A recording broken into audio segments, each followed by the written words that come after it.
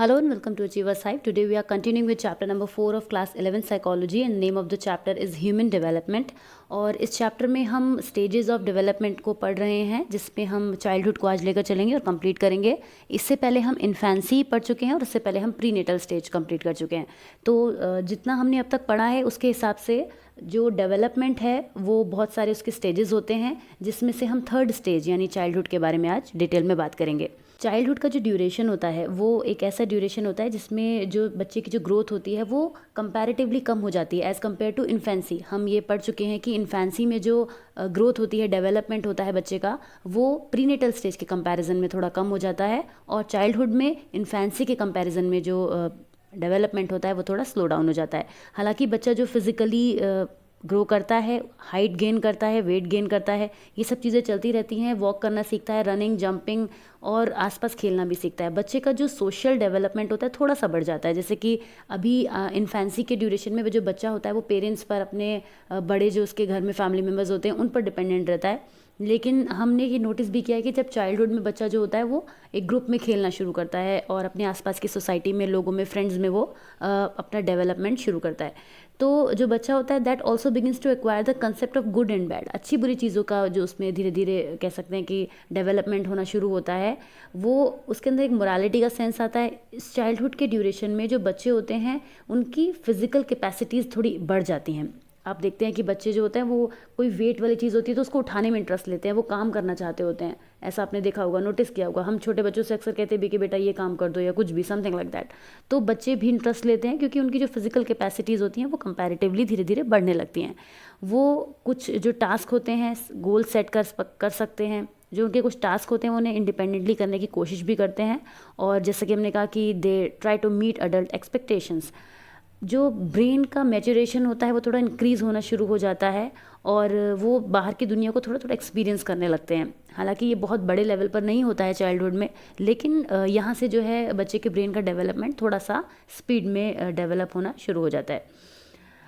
Physical development की अगर हम बात करें तो अर्ली डेवलपमेंट में 2 प्रिंसिपल फॉलो होते हैं। पहला है development proceed cephalocaudally, that means जो बच्चे का डेवलपमेंट होता है वो from head to toe, head region to the toe region start हो जाता है। इस तरीके से जो child gains control over the upper part of the body before the lower part, यानी कि अपर बॉडी पर जो है उसका कंट्रोल ज्यादा होने लगता है। फिजिकल डेवलपमेंट जो दूसरे प्रिंसिपल को फॉलो करता है that is growth proceeds from the centre of the body and moves towards the extremities of more distal regions, यानी कि इसको हम कह सकते हैं प्रॉक्सिमो डिस्टल ट्रेंड। यानी कि कैसे ट्रेंड है, क्या चीज़ है ये, यानी कि जो बच्चा होता है that gains control over the torso before their extremities. क्योंकि इन्फेंट्स जो होते हैं, जब बच्चा इन्फेंसी की एज में होता है तो वो अपनी पूरी बॉडी को टर्न करने की कोशिश करता है, लेकिन धीरे धीरे क्या होता है, बच्चा ये चीज़ समझ जाता है कि अगर उसको हाथ बढ़ाकर कोई चीज़ उठानी है तो उसके लिए पूरी बॉडी को मूव कराने की रिक्वायरमेंट कभी कभी नहीं भी होती है। तो इस स्टेज में जो है वो फिजिकल डेवलपमेंट इस तरह से होता है। धीरे धीरे जब बच्चा बड़ा होता है they look slimmer as the trunk part of their bodies lengthens and body fat decreases. उनकी हाइट बढ़नी शुरू हो जाती है, लेंथ बढ़नी शुरू हो जाती है, बॉडी फैट जो है वो इस एज में कंपैरेटिवली कम होता है। जो ब्रेन और हेड जो होते हैं वो बहुत ज़्यादा फास्ट ग्रो करते हैं। जैसा अभी हमने बात करी, बॉडी के किसी भी अदर पार्ट के कंपैरिजन में ब्रेन और हेड का जो डेवलपमेंट होता है वो काफ़ी फास्ट होता है। Growth and development of brain are important as they help in the maturation of children's abilities. वैसे भी ये ड्यूरेशन ऐसा होता है जो बच्चे के समझने की जो कैपेसिटीज़ होती हैं, लर्निंग एबिलिटीज़ होती हैं, ये सब जो है वो डेवलप हो रही होती हैं। तो इस टाइम पर ग्रोथ एंड डेवलपमेंट का जो फेज़ होता है वो बहुत ज़्यादा इंपॉर्टेंट होता है। अपने मिडिल और लेट चाइल्डहुड ईयर्स में, यानी जब चाइल्डहुड ऑलमोस्ट खत्म होने वाला होता है, उस ड्यूरेशन में जो बच्चे का डेवलपमेंट होता है, बच्चे जो होते हैं वो साइज़ में और लेंथ स्ट्रेंथ में जो है वो इंक्रीज़ होते जाते हैं। उनका वेट इंक्रीज़ होता है इसलिए होता है क्योंकि जो स्केलेटल सिस्टम होता है, स्केलेटन सिस्टम होता है, मस्कुलर सिस्टम होता है, उसमें भी इंक्रीज़ आ रहा होता है। तो इस तरीके से फिजिकल डेवलपमेंट इस तरह से चाइल्डहुड में हम देख सकते हैं। मोटर डेवलपमेंट की बात करें तो जो ग्रॉस मोटर स्किल्स होती हैं वो अर्ली चाइल्डहुड में ज़्यादा आर्म्स और लेग का यूज़ करती हैं, जैसे कि moving around with confidence and more purposefully in the environment. कुछ फाइन मोटर स्किल्स हो गई जैसे finger dexterity and I hand coordination. ये सब क्या होते हैं, ये सब बहुत ज़्यादा इंप्रूव होते हैं अर्ली चाइल्डहुड में। इन ईयर्स में, यानी अर्ली चाइल्डहुड के ही जो डेज होते हैं, इनमें कुछ फाइन मोटर स्किल्स के बारे में जो कि चाइल्डहुड के अर्ली चाइल्डहुड में होते हैं वो टेबल 4.3 में दिए हैं, जिसको हम देखेंगे अभी। देखिए आप इस टेबल 4.3 को देख सकते हैं। इसमें दिया है the major accomplishment in gross and fine motor skills. तो ग्रॉस मोटर स्किल्स में हॉपिंग, जंपिंग, रनिंग 3 ईयर्स में ये बच्चा करने लगता है। फाइन मोटर स्किल्स में building blocks, pick objects and 4 finger and thumb, इन चीज़ों का यूज़ करना वो स्टार्ट कर देता है। 4 ईयर्स में वो क्लाइंब करना स्टार्ट कर देता है and down stairs with 1 foot और ईच स्टेप। इसके अलावा फाइन मोटर स्किल्स में 4 ईयर्स में बच्चा जो जिक्सॉ पजल्स को है वो प्रिसाइजली फाइंड आउट करने की, फिट करने की कोशिश करने लगता है। 5 ईयर्स में बच्चा रनिंग में ज़्यादा इंटरेस्ट लेने लगता है, रेसेस को एंजॉय करता है। और फाइन मोटर स्किल्स में hand, arm and body all coordinate with eye movement. तो इस तरीके से हम ये कुछ gross and fine motor skills हैं जो मोटर डेवलपमेंट में आती हैं, इनको हम यहाँ पे समझ सकते हैं। आगे बढ़ते हैं, कॉग्निटिव डेवलपमेंट की बात करते हैं। हमने जैसा भी डिस्कस किया कि बच्चे का जो ब्रेन है और माइंड है वो बहुत ज़्यादा डेवलप होता है इस टाइम पर।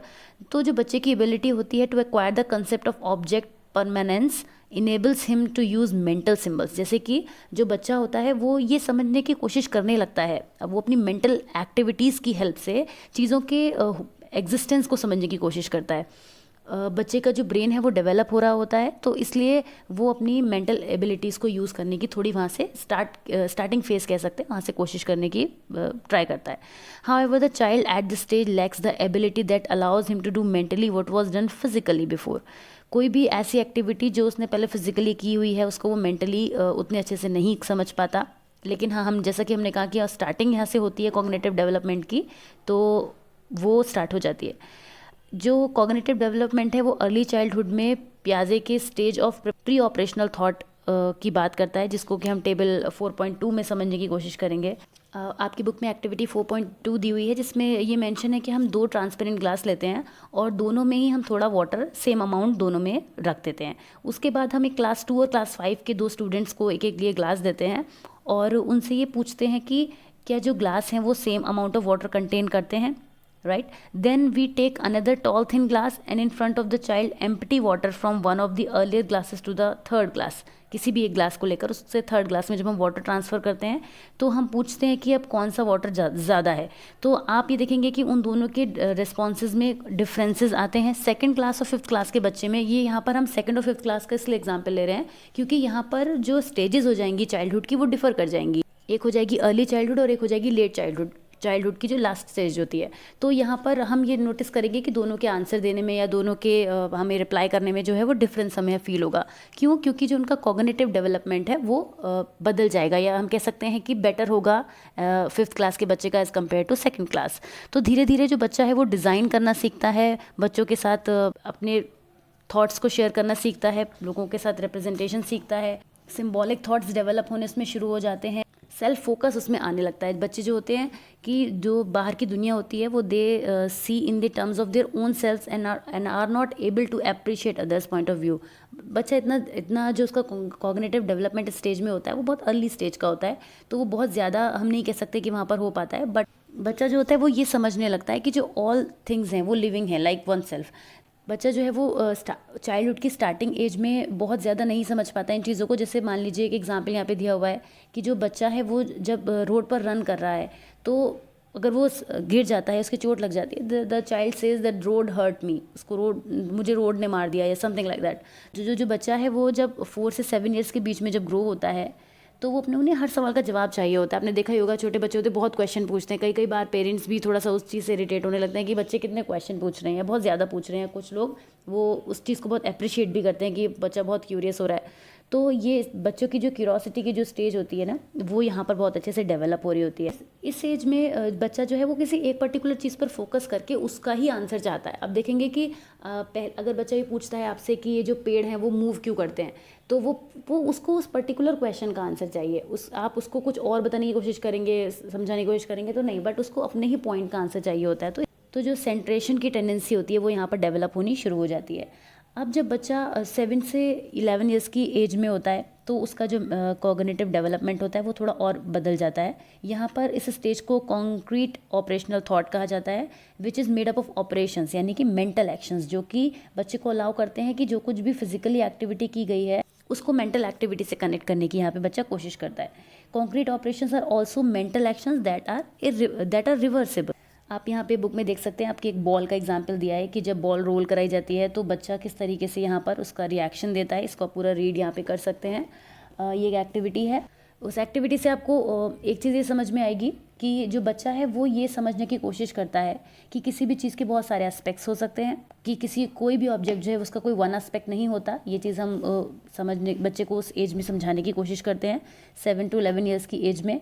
थिंकिंग बिकम्स मोर फ्लैक्सिबल, और जो बच्चे होते हैं they can think alternative when solving problems. कोई भी सिचुएशन आती है then they will start giving you alternative solution to that problem. So this happens in that stage of childhood. इस एज में जो बच्चा है they can not do abstract thinking, that is still can not manipulate ideas in the absence of objects. इतना हमने क्योंकि ये बात कही कि जो बच्चे का डेवलपमेंट होता है वो काफ़ी अच्छे से हो रहा होता है, इसे कॉन्क्रीट ऑपरेशनल थॉट का भी हमने नाम दिया है, यहाँ पे दिया जाता है। लेकिन फिर भी बच्चा बहुत ज़्यादा मैनिपुलेशन नहीं कर सकता। वो अल्टरनेटिवली आंसर तो रिप्रेजेंट करना जानता है, बट वो उस पूरी सिचुएशन को फ्लिप कर दे ऐसा इस एज में पॉसिबल नहीं होता है। The growing cognitive abilities of children facilitate the acquisition of language। इस एज में जो बच्चे की cognitive abilities होती हैं वो लैंग्वेज पर बहुत ज़्यादा इफेक्ट डालती हैं। आगे चैप्टर 8 में हम इस चीज़ को बेटर तरीके से पढ़ेंगे। आगे बढ़ते हैं और बात करते हैं सोशियो इमोशनल डेवलपमेंट की। जो सोशियो इमोशनल डेवलपमेंट है उसकी जो इंपॉर्टेंट डायमेंशंस हैं they are self, gender and moral development. इस अर्ली ईयर्स ऑफ चाइल्डहुड में डेवलपमेंट जो होता है बहुत इंपॉर्टेंट फॉर्म में अपना स्पेस लेता जाता है। जो बच्चा होता है due to socialization has developed a sense of who she और he is and whom he और she wants to be identified with, right. जो बच्चे का जो इंडिपेंडेंस, सेंस ऑफ इंडिपेंडेंस का डेवलपमेंट इस एज में हो रहा होता है, that makes children do things in their own way. बच्चा चीज़ों को अपने आप करने की कोशिश करने लगता है। यहाँ से जो है वो इंडिपेंडेंट होने की जो फीलिंग होती है बच्चे के अंदर वो धीरे धीरे डेवलप होना स्टार्ट करती जाती है, जो कि और आगे बढ़कर एडोलेसेंस में बहुत ज़्यादा अपना कहते हैं कि स्ट्रॉन्ग एक वो बना लेती है। खैर, हम यहाँ पर बात कर रहे हैं चाइल्डहुड की, तो सोशियो इमोशनल डेवलपमेंट में सेल्फ, जेंडर और मॉरल डेवलपमेंट अपना बहुत इंपॉर्टेंट पार्ट प्ले करता है। जैसे कि हम एक यहाँ पे एग्जांपल दिया कि giving freedom and opportunities for play like cycling, running, skating etcetera and answering children's questions will create a sense of support for initiative taken. In contrast, if they are made to feel that their questions are useless, अगर हम उनको ये महसूस कराने की कोशिश करते हैं कि उनके जो क्वेश्चंस हैं वो बेकार हैं और वो जो गेम खेल रहे हैं वो स्टूपिड हैं या कुछ भी वो ऐसा क्रिएटिव कर रहे हैं जिसको हम इंपॉर्टेंस नहीं दे रहे हैं, तो जो बच्चे होते हैं वो उनके अंदर गिल्ट की फीलिंग आने लगती है। आप इस एज में बच्चे को अप्रिसिएशन की बहुत ज़रूरत होती है और उसको प्यार से समझाए जाने की भी नीड होती है कि वो अगर कुछ गलत कर रहा है तो वो गलत क्या कर रहा है, उसको पॉजिटिव वे में समझाने की कोशिश की जाती है। देखिए, चाइल्डहुड का जो स्टेज होती है वो ऐसी होती है कि आप कह सकते हैं बच्चे की एक यहाँ पर इमोशनल स्टेज जो होती है वो यहाँ से बिल्ड होनी स्टार्ट होती है। तो यहाँ पर इमोशंस को हमें बहुत अच्छे से बच्चे को हैंडल करना होता है। अगर यहाँ पर हम बच्चे को डांटेंगे ज़्यादा या उसको इग्नोर करेंगे तो वो चीज़ नेगेटिव वे में चली जाती है, वो बच्चे के लिए प्रॉब्लम क्रिएट करती है। तो इसकी बाद की लाइफ पर भी बच्चों के इस पर बहुत ज़्यादा फ़र्क पड़ता है। Self understanding in early childhood is limited to defining one self through physical characteristics. अगर कोई भी बच्चा किसी पर्सन को डिफाइन करने की कोशिश कर रहा है तो वो उसके फिजिकल एट्रीब्यूट्स को ही डिफाइन कर पाता है। वो उस समय बच्चे किसी भी पर्सन के नेचर की बात नहीं बता पाएगा, किसी के बिहेवियर की बात नहीं बता पाएगा। ये उसका जो इमोशनल डेवलपमेंट है वो इतना ही इस लेवल का ही होता है कि वो उससे ज़्यादा आपको नहीं बता सकता। मिडिल और लेट चाइल्डहुड में बच्चा जो होता है थोड़ा बढ़कर आगे की चीज़ें बता पाता है, जैसे कि I am smart, I am popular, I feel proud when teachers assign me responsibility in school, है ना। कुछ चीज़ों के लिए वो प्राउड फील करता है या उसमें कुछ और इमोशनल डेवलपमेंट जो है वो बढ़ने लगता है।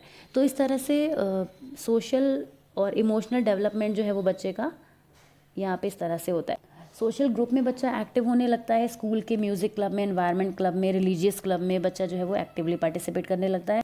बच्चा जो है वो सोशल कंपैरिजन में भी इंक्लूड होना शुरू हो जाता है। बच्चे इस चीज़ को पसंद नहीं करते हैं लेकिन कहीं ना कहीं वो इसका पार्ट बनते चले जाते हैं और वो खुद भी इन चीज़ों में इन्वॉल्व होते चले जाते हैं।